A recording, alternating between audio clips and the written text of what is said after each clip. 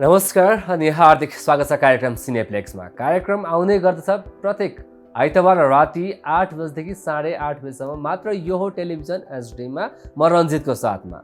यस कार्यक्रममा हामी नेपाली चलचित्र क्षेत्रका सम्पूर्ण गतिविधिहरू र साथसाथै तपाईँहरूले मन पराउनु भएको अनि माया गर्नुभएका व्यक्तित्वहरूसँगको अन्तरङ्ग कुराकानी प्रस्तुत गर्ने गर्छौँ। र यस बसाइमा भने हामी माझमा हुनुहुन्छ सङ्गीतको भक्त, सङ्गीतको सारथी, आवाजको धनी, समुद्र आवाजको धनी, हामी सबैले मन पराएका व्यक्तित्व हो सनुप पौडेल। उहाँलाई स्वागत गरौँ। सर नमस्कार। नमस्ते रञ्जित भाइ। सन्चै छिन्छ? All good. हजुरलाई भनौँ कि दाइ भनौँ? That's all okay. सर भन्दा अलिकति हेभी हुन्छ, दाइसम्म चाहिँ कम्फर्टेबिलिटी आउँछ क्यारे है। आई थिङ्क होइन, होप गरौँ। इट्स ओके, वाट एभर, जे भए पनि हुन्छ। लामो समय सङ्गीत है, लामो समय सङ्गीत, ओके, सङ्गीत अनि सनुप, ओके, समय सङ्गीत अनि सनुप, ओके। होइन यो जति वर्ष तपाईँले बिताउनु भयो गीत सङ्गीतमा, होइन जबदेखि तपाईँ अफिसियली रूपमा सिङ्गर भनेर चिन्न थाल्नुभयो अथवा चिनाउन थाल्नुभयो, त्यहाँदेखिको आजसम्मको दिन यसो फर्केर हेर्दाखेरि चाहिँ कस्तो फिल हुन्छ आफैलाई चाहिँ? म सङ्गीत जहिलेदेखि बुझ्न थालेँ नि ममा केही साङ्गीतिक एसेन्सेसहरू छन् भनेर, त्यो बेलादेखि नै इन्जोय गरेको मोमेन्ट हो। अहिलेसम्म नै इन्जोय गरिरहेको छु।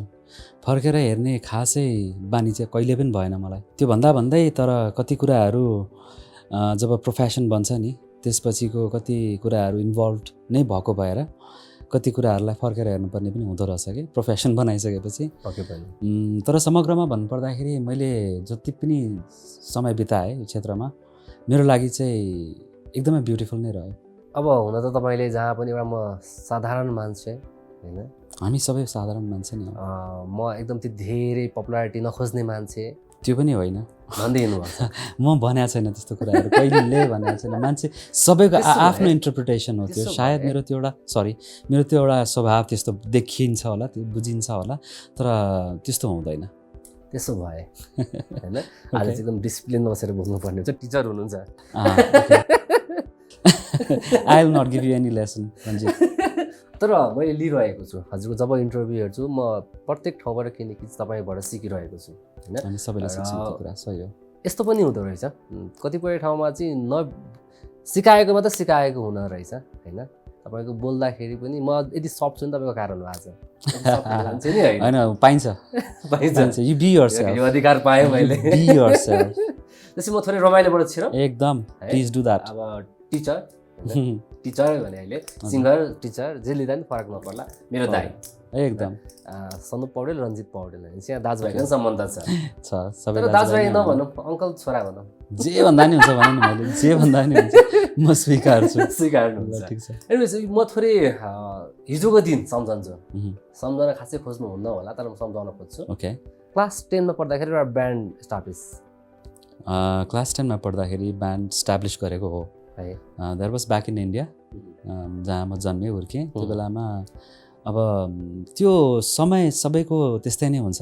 त्यो समयमा अब आफूमा त्यो एक लेभलको म्युजिकल, मैले भने नि त्यो एसेन्सेसहरू, त्यो नेचर म्युजिकल छ भनेर थाहा भएपछि, प्रोत्साहन राम्रो मिल्न थालेपछि सबैलाई गर्नमा लाग्ने कुरा हो। मैले पनि ब्यान्ड चाहिँ फर्म गरेको हो।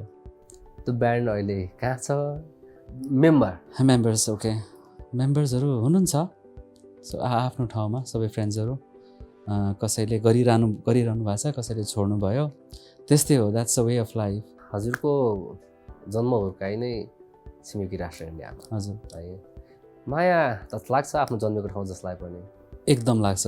छोडेर चाहिँ किन नेपाल आउनु भन्ने प्रश्न आयो भने, किनभने हामी चाहिँ अथवा नेपालमा पनि आर्टिस्टहरू चाहिँ इस्टाब्लिस भइसकेपछि एभ्री चाहना चाहिँ छिमेकी राष्ट्रमा पनि इस्टाब्लिस हुन सक्यो, अझ राम्रो हुन्छ भन्ने चाहना हुन्थ्यो होइन। तर त्यो ठाउँमा हुन सक्ने सम्भावना हुँदै चाहिँ नेपाल किन भन्ने प्रश्न आयो भने के होला यसमा चाहिँ?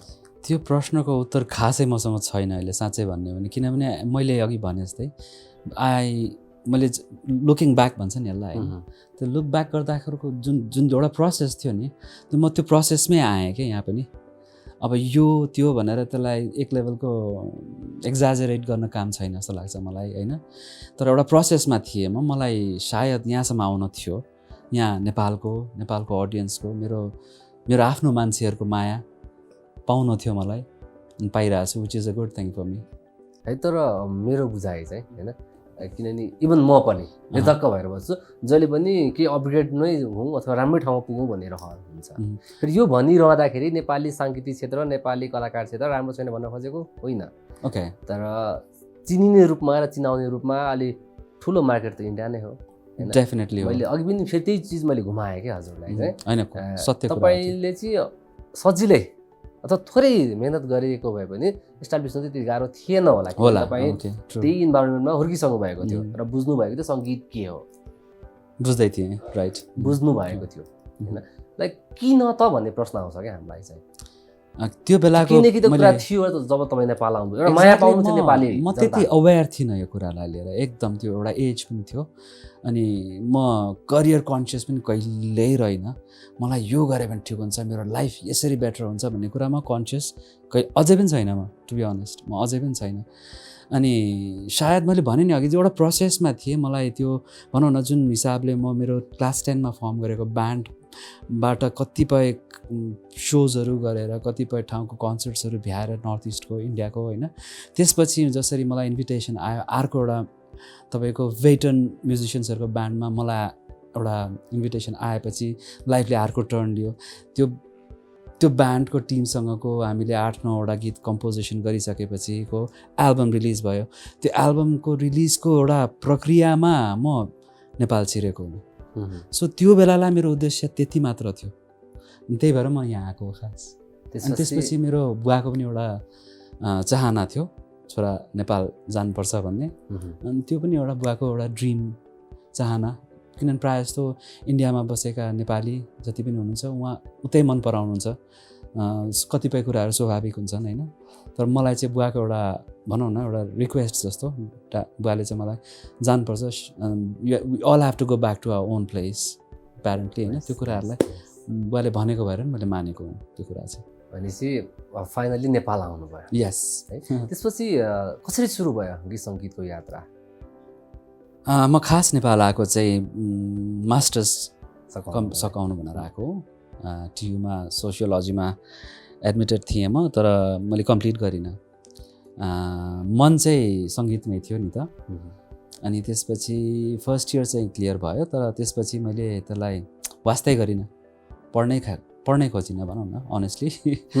अनि त्यसपछि केयु डिपार्टमेन्ट अफ म्युजिक भनेर जब थाहा भयो मलाई, त्यसपछि मैले त्यो ठाउँ पुगेर बिस्तारै त्यहाँबाट के हुन्छ कस्तो हुन्छ भन्ने कुराहरू आफैलाई अघि भने जस्तै प्रोसेसमै गइरहेँ म, त्यो प्रोसेसमै रहेँ। अनि त्यसपछि त्यहीँबाट म एकाडेमिक ब्याचलर्स इन एथ्नोम्युजिकोलोजीमा पनि एनरोल भएर 4 इयर्स जति त्यहाँ त्यसरी समय बित्यो। अनि त्यसपछि एक लेभलको बुझाइ रह्यो सङ्गीतको, जसरी बुझिरहेको थिएँ सङ्गीतलाई, वास्तवमा त्यो किसिमको बुझाइ अलिकति गलत भन्न मिल्दैन, तर अलिक फरक रहेछ र धेरै फराकिलो रहेछ भन्ने कुराहरूको एउटा राम्रो भनौँ न एजुकेसन रह्यो त्यहाँबाट। जब तपाईँलाई मैले चिन्न थालेँ, जब तपाईँको बारेमा मैले चर्चा गर्न थालेँ मान्छेहरूसँग, सबैजनाको एउटै भनाइ थियो, त्यो मान्छे चाहिँ सङ्गीतको सारथी हो, सङ्गीतको एउटा भण्डार हो, सबैले भन्नु होइन।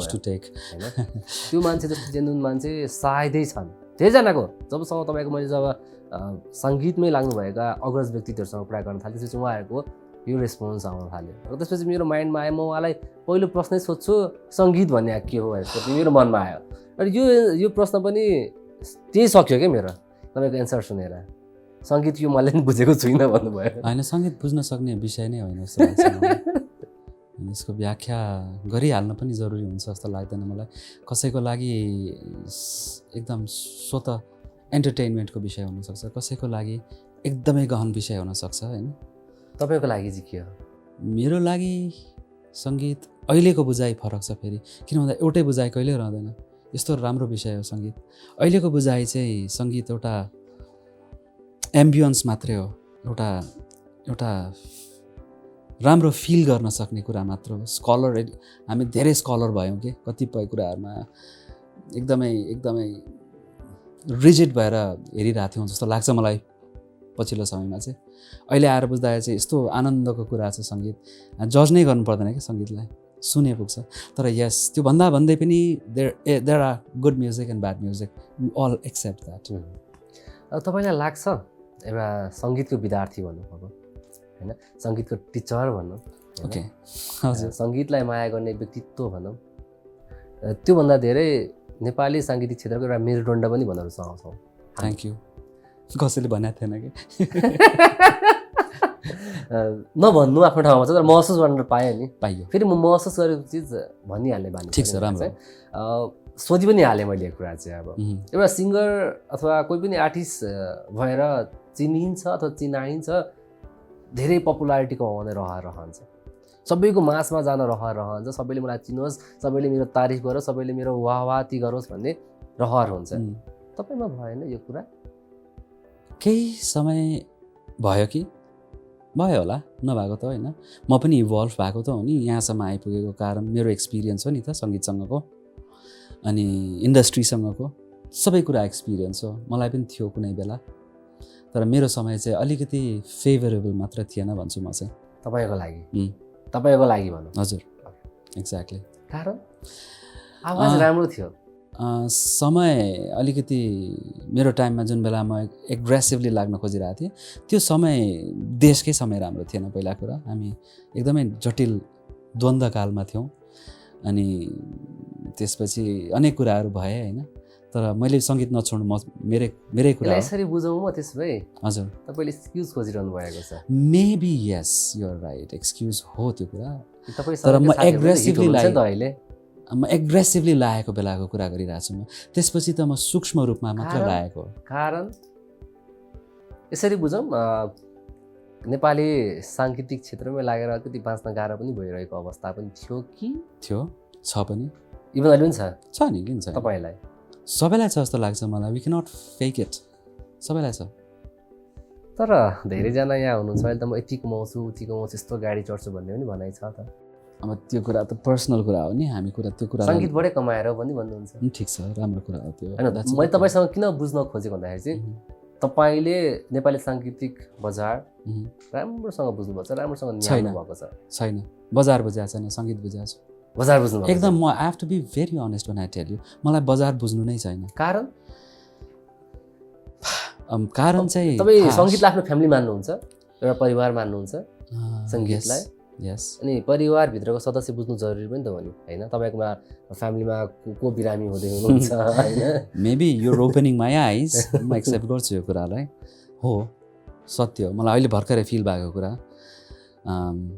यस, हुनपर्ने। जसले पनि भनिरहेको हुन्छ, why are you not taking responsibility? आफ्नो कामको, आफ्नो प्रोफेसनको रेस्पोन्सिबिलिटिज किन लिइरहेको छैन भन्छ। अब मेबी आइम लाइक दिस, अनि सबै कुराहरू सबैलाई त्यसरी नै लागु हुनुपर्छ भन्ने हुँदैन। मैले चाहेको कुरा मैले बिस्तारै गर्न खोजिरहेकै छु। मेरो साइडबाटको मेरो आफ्नो पहल छँदैछ। धेरै बिस्तारै भएन र? लामो समय भयो नि त कि सङ्गीतमा लाग्यो? धेरै बिस्तारै भएन र यो? At the end of the day what is important? I'm happy, sure, होइन? तर यो पनि तपाईँले जब म खुसी छु, म जहाँ छु त्यो अवस्थामा खुसी छु भनिरहँदाखेरि चाहिँ कहीँ कतै हामीलाई चाहिँ यो देखावटी मात्र हो कि पनि भन्ने फिल भइरहेको छ। किन भन्दाखेरि चाहिँ तपाईँसँगै आउनुभएका गीत सङ्गीतमा लाग्नुभएका व्यक्तित्वहरू, होइन, अहिले नाम दाम धेरै होइन, लिमिटेड मान्छेले राम्रै कमाइरहनु भएको, बजारमा हल्ला छ, देखि पनि रहेका छौँ। उहाँहरूलाई भेट्नलाई इभन हामीलाई गाह्रो छ, तपाईँलाई भेट्न चाहिँ गाह्रो छ, गाह्रो चाहिँ छ, होइन? तर त्यो लेभलमा तपाईँलाई पनि त हिट हुन त पक्कै रहर थियो होला, मलाई चिन्नुहोस् भन्ने त रहर थियो होला, देश विदेशमा म पनि कन्सर्टको लागि धेरैभन्दा धेरै बिजी हुँ भन्ने त रहर थियो होला। मैले भने नि, मैले आई एक्सेप्ट, म एकदम कम्प्लिटली एडमिट गर्छु, म एग्रेसिभली लागिनँ पछिल्लो समयमा, लागिनँ। Reason because I was enjoying what I was doing, एकदम कम्प्लिट इन्जोय गरिरहेको छु म अझै पनि। अब भोलिको दिनबाट मलाई त्यो एग्रेसिभनेस आउँछ भने ठिक छ, आम ओके। मैले भने नि, राइट फ्रम द बिगिनिङ म एउटा प्रोसेसमा थिएँ, अझै पनि एउटा प्रोसेसमा छु, भोलिको दिनमा पनि एउटा प्रोसेसमा हुन्छु नि म, होइन? अब नेम, फेम, प्रोस्पेरिटी कहाँ कसलाई कसरी कुन बेला हिट गर्छ भन्ने कुराको एउटा छैन नि, होइन? यही समयमा हुन्छ भन्ने हुँदैन नि, होइन? त्यही प्रोसेसको कुरा गरिरहेको छु। I'm happy with the process. तपाईँलाई तपाईँको इन्टरभ्यू हेरेर तपाईँलाई यसरी भेटेर बोलिरहन पाउँदाखेरि चाहिँ लाइक कहीँ कतै चाहिँ म चाहिँ किन आत्तिरहेको छु भन्ने फिल हुन्छ। आई थिङ्क आउने नयाँ कलाकारलाई त्यो फिल होस्, त्यो चाहिँ हाम्रो पनि चाहना हो, तर यति धेरै स्लो पनि नहोस्। होइन, त्यो आफ्नो प्रोसेस हो। कसैलाई कसैलाई एकदम फटाफट गरेर हुन्छ नि bat bat bat bat bat गरेर गर्न मन छ नि गर्न पाउने अधिकार हो, उसको इच्छा हो, सबै आफ्नो आफ्नो इच्छा हो सबैको। कतिको नेपाली गीत सङ्गीत सुन्नुहुन्छ पछिल्लो समय? नट एट अल, म अपडेटेड छैन। म सङ्गीत सुन्छु तर पछिल्लो समय गीत सङ्गीत नेपाली गीत सङ्गीत चाहिँ कतिको सुन्नुहुन्छ नि? छैन सुनेको छैन। इन्ट्रेस्टै नलागेर? होइन, कि टाइम नभएर? आइएम अ म्युजिसियन होइन, म गायक भन्दा पनि म आफूलाई म्युजिसियन भन्छु because I carry a musical mind. त्यो बेलामा मैले आफूलाई यो भाषाको गीत सङ्गीत अथवा त्यो भाषाको गीत सङ्गीत अथवा यो त्यो भनेर इन्भल्भ हुनुभन्दा पनि म्युजिकली इन्भल्भ हुनु इम्पोर्टेन्ट लाग्छ कि मलाई चाहिँ। मलाई म्युजिकलाई खास गरिकन भाषाले बाँधेको ठिक लाग्दैन कि। म नेपाली गीत सङ्गीत गाउँछु बिकज द्याट्स माई ल्याङ्ग्वेज होइन। तर मैले गाइसकेपछि म आफ्नै गीतलाई जज गर्दिनँ, अरूको त परे जाओस्, छोडिदिन्छु म त्यसपछि। It's a beautiful thing that has happened के। अब गीत सङ्गीत नसुन्नु भनेको अपडेटेड नहुनु भयो नि त, आफ्नो सेरोफेरो आफ्नो। तपाईँको कुरा काटेँ मैले होइन। तपाईँको नजरमा चाहिँ अहिलेको अवस्थामा राम्रो सिङ्गर को हुनुहुन्छ? अब आफैलाई मनपर्ने अहिलेको अवस्था? सोच्नै पर्छ, किन मलाई I can not recollect exactly यो भनेर रिकलेक्ट हुँदैन। मलाई भास्कर स्वर एकदमै मनपर्छ। कारण उहाँको तपाईँले गीतै सुन्नुभएको छैन होला नि, कसरी मन पर्छ? मैले त सुनिरहेको छु उसको गीत। मैले भने नि गीत भन्ने कुरा रेडिएट गर्नुपर्छ क्या, मेरो मन मस्तिष्कलाई छुनुपर्छ गीत सङ्गीतले होइन। अहिलेको समयमा मलाई भास्कर स्वरको गीत, उसको सङ्गीत एकदमै मन परिरहेको समय हो। So it's not I am trying to be very favourable for someone. मेरो अनेस्ट सेल्फ एउटा एक लेभलको कन्भिक्सन हो नि त यो। सो मलाई भास्कर स्वरको कम्पोजिसनदेखि लिएर उसले गर्ने काम अनि उसको मेहनत गर्ने जसरी उसले मेहनत गर्छ काम, आफ्नो प्रोडक्सन्सहरू गर्छ, त्यो कुरा एकदम सही लागिरहेछ मलाई अहिले चाहिँ। मेरो माइन्डमा एउटा चिज पनि थियो, तपाईँ आइसक्नु भएपछि म गीत सङ्गीतको कुरा सोध्छु। अहिले नेपाली गीत सङ्गीत अलिकति विकृति आएको हल्ला छ भन्ने मैले सोध्न लागेको थियो। तपाईँ यो चिजमा त्यति इन्ट्रेस्टै छैन भनिसक्नुभयो, म त्यति छैन अपडेट नै छुइनँ भनिसक्नुभयो होइन। छैन, तर समटाइम्स कस्तो हुन्छ भन्दाखेरि मैले इन्टेन्सनली सुनिरहेको अथवा मैले सुनिरहेको एउटा फ्रिक्वेन्सी त हो नि त त्यो होइन। मैले नचाहिकन पनि त सुनिरहेको छु नि त कतिपय। त्यो भनेको ओभरवेल्मिङ कुराहरू हो मिडियामा, कतिपय कुराहरू छ। You can ask me if I have some knowledge I will talk about it होइन। जुन मैले भने मेरो चाहना चाहिँ थियो, जब तपाईँहरू जस्तो दिग्गज व्यक्तित्वहरू ओझेलमा हुनुहुन्छ, ओके, इन द सेन्स धेरै मिडियाले खोजिरहेको छैन नि त, ओझेल नै हो। धेरै अडियन्सले खोजिरहनु भएको छैन, ओझेलमै हो। ओके, तर सुर न ताल होइन, जसको आवाज एकातिर छ होइन, शब्द अर्कोतिर छ, हामीले बुझेको ओके होइन। उहाँहरू चाहिँ पछिल्लो समय हिटका हिट हुन्छ। यिनीहरू चाहिँ सबैजना भन्न खोजेको होइन, कोही एका दुईजना जस्तो हुनुहुन्छ जो चाहिँ करोड क्लबमा छिर्नुहुन्छ। अहिले करोड क्लब भनेको ठुलो चिज भइसकेको छ नेपालमा, प्रतिस्पर्धा भइसकेको छ। तपाईँले नबुझ्नु म बुझाउँछु आज चाहिँ अब। हुन्छ, मैले बुझाएको छैन अनेस्टली बुझाएको छैन होइन। जुन प्रतिस्पर्धामा चाहिँ अग्रपन्थीमा चाहिँ यसले स्वर न ताल अथवा एउटा शब्द राम्रो चयन नभएको होइन, जुन समाजले गीत सङ्गीत भनेको समाजलाई इन्टरटेनमेन्ट सँगसँगै सन्देश पनि दियोस् भन्ने हामीले कुनै बेला पढेका थियौँ, बुझेका थियौँ, जुन चाहिँ अहिले गीतमा पाइँदैन भन्ने कुराहरू पनि आइरहेको छ। महसुस गर्नुभएको छ या छैन? छ, त्यो महसुस भएको छ। त्यो महसुस मलाई कारण त मलाई पनि थाहा छैन, तर एउटा मैले फिल गरेको कुरा चाहिँ अब यो कुरालाई कसरी लिने र कसरी यसको मूल्याङ्कन गर्ने भन्ने कुरा हो, र यसलाई कसरी यो कुरालाई लिएर क्रिटिकल हुन सकिन्छ भन्ने कुरा हो नि त। अब यो भनेको स्वतः सबैको राइट्सको कुरा हो, जसले पनि गर्न पाउने। हामी कहाँ त्यस्तो कुनै किसिमको ल छैन नि त। यो यसले गर्न पाउने उसले गर्न नपाउने भन्ने त हुँदैन नि त कहीँ पनि होइन, जसले पनि गर्न पाउनु पऱ्यो। Plus we have an open platform YouTube होइन। अब त्यहाँबाट जुन प्लेटफर्म छ त्यो खोलिएको छ, त्यो फराकिलो छ, जसले पनि गर्न पाउने भएपछि त यो त हामीले त we have to accept it होइन। यति ठुलो छ, बाध्यता हो, बाध्यता स्वीकारिसकेको कुरा हो नि त। बाध्यता भन्दा पनि हामीले युट्युबलाई एक्सेप्ट गर्न सक्छौँ भने सबै कुराहरू एक्सेप्ट गर्न सक्नुपर्छ। तर म अलिकति लस्ट चाहिँ भएँ तपाईँको पोइन्टमा, अलिकति म आउन खोजिरहेको कुरा एकछिन लस्ट भएँ म। तर यस, अधिकारको कुरा हो, सबैले गर्न पाउनुपर्छ। राइट रङ केही पनि हुँदैन, तर यस एउटा कुनै माध्यम अथवा कुनै पनि एउटा अफिसियल बोर्ड, मोनिटरिङ बोर्ड अथवा फिल्टर गर्ने बोर्ड भइदियो भने एटलिस्ट अलिकति बेटर हुन्थ्यो कि भन्ने कुरा। उहाँहरूलाई नराम्रो लाग्न चाहिँ हुँदैन, एउटा क्वालिटी कन्ट्रोललाई चाहिँ काम हुन्थ्यो कि भन्ने कुरा हो। त्यति मात्रै। एक्ज्याक्टली। अब एकदम धेरै मिडियामा आइराख्न नखोज्ने मान्छे तपाईँ होइन, आफ्नै दुनियाँमा रमाउने व्यक्तित्व, त्यो मान्छे पनि केही समय अगाडि टिकटकको शिकार हो। कहिले भयो मलाई याद छैन अनेस्टली, कहाँ हेर्नु नै हुन्न। एकदम त्यहाँ प्रश्न थियो तपाईँ भोइसबाट निस्कियो हो कि निकालिएको होला, म निकालिएको हो। ओके ओके या याद छ? It came in the TikTok. Wow. टिकटकमा भाइरल रहेछ अहिले यो। हो र? हजुर। यसमा पनि विवाद धेरै बढ्यो होइन। म त्यो विवादितमा छिर्नै चाहिनँ। फिलिङ भइसक्यो यहीँबाट पनि है। तर तपाईँले एउटा इन्टरभ्यूमा के भन्नुभएको थियो भन्दाखेरि चाहिँ जज हुने र निस्किने पनि एउटा फर्मेट नै हो। जसरी डेफिनेटली हो, जसरी एकजना कोही प्रतिस्पर्धी आएर निस्किनुहुन्छ त्यसरी नै जज पनि निस्किन्छ। कारण चाहिँ खासमा चाहिँ अघिको जुन पोइन्ट थियो नि टिकटकको, हजुर, सायद मलाई त्यहाँबाट छिर्न मन लाग्यो। टिकटक कस्तो थियो भन्ने कुरा पहिला कुरा मैले भनिहालेँ। धेरै केही थिएन त्यहाँनिर, Okay. मात्र के थियो भन्दाखेरि चाहिँ इन्टरभ्यू पुरा हेर्ने हो भने त्यहाँनिर तपाईँले पुरा डिफाइन गर्नुभएको थियो होइन। तर टिकटकमा चाहिँ तपाईँ निस्किएको कि निकालिएको हो मात्र भन्ने प्रश्न थियो। तपाईँले चाहिँ हो मलाई निकालिएको, म निकालिएको। ओके, टिकटक चाहिँ सेन्सेसनलाइज गर्नलाई बनाइयो। एक्ज्याक्टली त्यही नै प्रब्लम छ हाम्रो मिडियाको। म यही नै भनिदिन्छु यो कुरा। सेन्सेसनलाइजेसन बिग्छ क्या अहिलेको समयमा, अनि नेगेटिभ एनर्जी काम गर्छ क्या। It's very saleable negative energy चाहिँ। सो उहाँहरूलाई त्यहाँबाट केही बेनिफिट हुन्छ भने गर्नुभयो भन्ने कुरा हो, एथिकल चाहिँ होइन त्यो। अब मैले त्यहाँ पनि राम्रो कुरा पनि गराएको थिएँ। आई सेड जे जस्तो भए पनि I have always cherished the moment that I was, जसरी मैले काम गरेँ द भोइसमा जुन एउटा लेभलको एक्सपिरियन्स रह्यो मेरो, अनि त्यो मोमेन्ट, त्यो एउटा एन्टायर टाइम 6 months अराउन्ड होइन, त्यो टाइम चाहिँ मेरो लागि एकदमै मेमोरेबल छ भनेर पनि भनेको थिएँ मैले। थ्याङ्कफुल पनि भएको थिएँ म इनफ्याक्ट। त्यो कुरा चाहिँ आउन जरुरी हुँदैन, किन त पोजिटिभिटी त बिग्दैन होइन। So that's it. म अब कुरा आउँदाखेरि चाहिँ दोस्रो प्रश्न के थियो?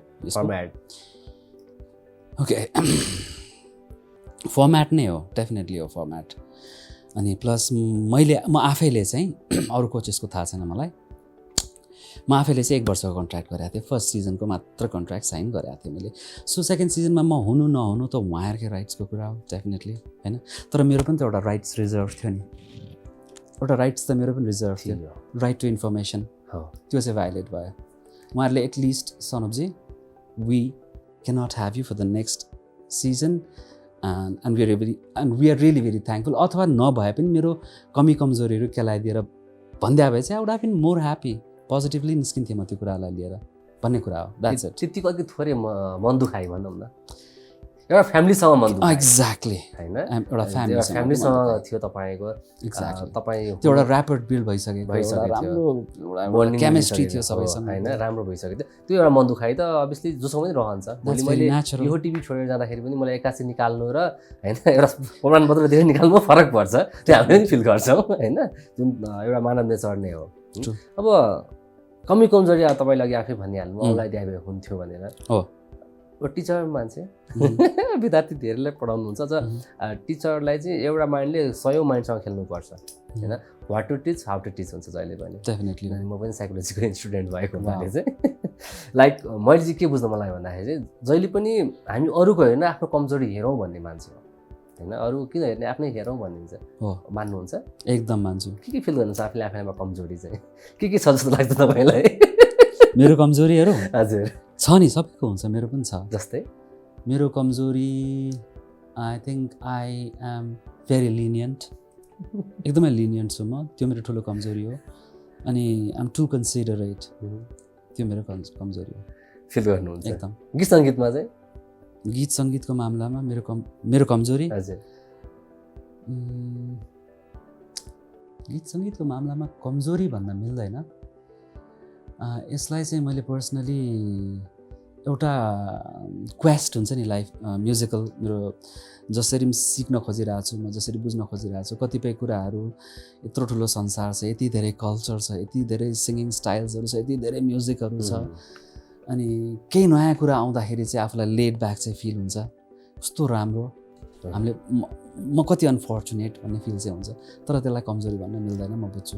अब हजुरको आवाजमा जनताले नेपाली दर्शकले तपाईँको शुभचिन्तकले इभन मैले चाहिँ कहिले नयाँ गीत सुन्न पाउँछु अथवा हेर्न पाउँछु? एकदम छिटै।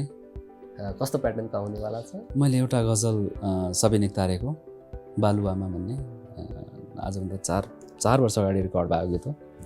ओके धेरै चाँडो आउँदै रहेछ, धेरै चाँडो। एक लाइन हामी सुनेर बिदा मागौँ। स्योर।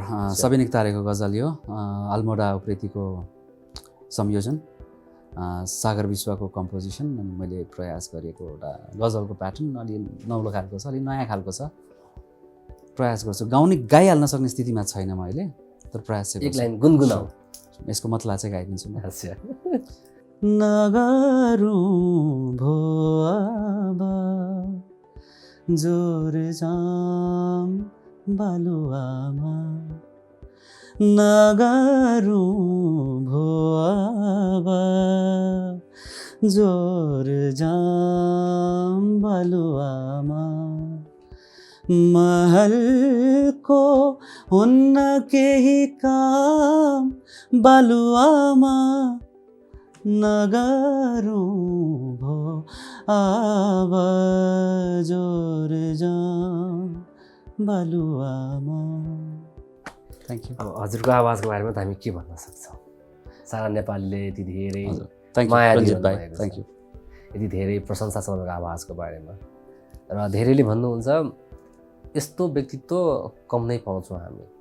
अहिलेको बेला आज आउने भोलि हिट हुने पर्सि हराउने प्रवृत्ति छ। सोनु पौडेल एउटा त्यो नाम हो जसलाई हिटको त्यति धेरै आश छैन, राम्रो सङ्गीत मात्र पस्को भन्ने ठुलो एक्ज्याक्टली हो। त्यो एउटा राम्रो म्युजिसियन, एउटा राम्रो आर्टिस्टको मेरो विचारमा सबैभन्दा ठुलो क्वालिटी नै हो, and I am very proud I have that quality. Thank you so much sir. Thank you so much Ranjit भाइ, थ्याङ्क यू सो मच। यो हो टेलिभिजन आइदिनु भयो, यति धेरै माया दिनुभयो मलाई, बोलाइदिनु भयो, यति धेरै माया दिनुभयो। धन्यवाद। अन्त्यमा चाहिँ होइन, सबभन्दा कलाकारलाई जहिले पनि चाहिने भगवान् रूपी दर्शक नै हो, उहाँहरूले चाहिँ अन्त्यमा के भन्न चाहनुहुन्छ? अब अहिलेलाई खासै त्यस्तो केही त छैन भनिहाल्नुपर्ने, ठिक छ। अब के भन्नु भन्ने कुरा मात्र हो। दर्शकलाई भन्दा पनि म मेरो फ्यान्सहरूलाई चाहिँ एड्रेस गर्न चाहन्छु। अहिलेसम्मको माया, सपोर्ट, अनि जति पनि जसरी पनि बुझिदिनु भएको छ मलाई, त्यसको लागि चाहिँ धेरै नै आभारी छु। थ्याङ्क यू सो मच आइदिनु भयो। Thank you so much Ranjit. दर्शकबिन अब भने साँच्चै तपाईँहरू माझबाट पनि बिदा माग्ने बेला भइसकेको छ। आज म पनि सक्छु किनभने इन्भाइरोमेन्ट नै त्यस्तै क्रिएट भएको छ। उहाँको भाइब्सले मलाई तानेको छ भन्दा पनि फरक नपर्ला। यति दिनसम्म हाम्रो कार्यक्रम हेरेर साथ दिनुभयो। यो साथ अनि यो माया सदैव दिनुहोला। तपाईँको साथ र मायाका हामी सदैव भोगो छौँ। तपाईँको साथ र माया पाउने आशले फेरि अर्को हप्ता उपस्थित हुने भाषा गर्दै म अनि मेरो सम्पूर्ण टिमलाई बिदा दिनुहोस्। हवस् त, नमस्कार।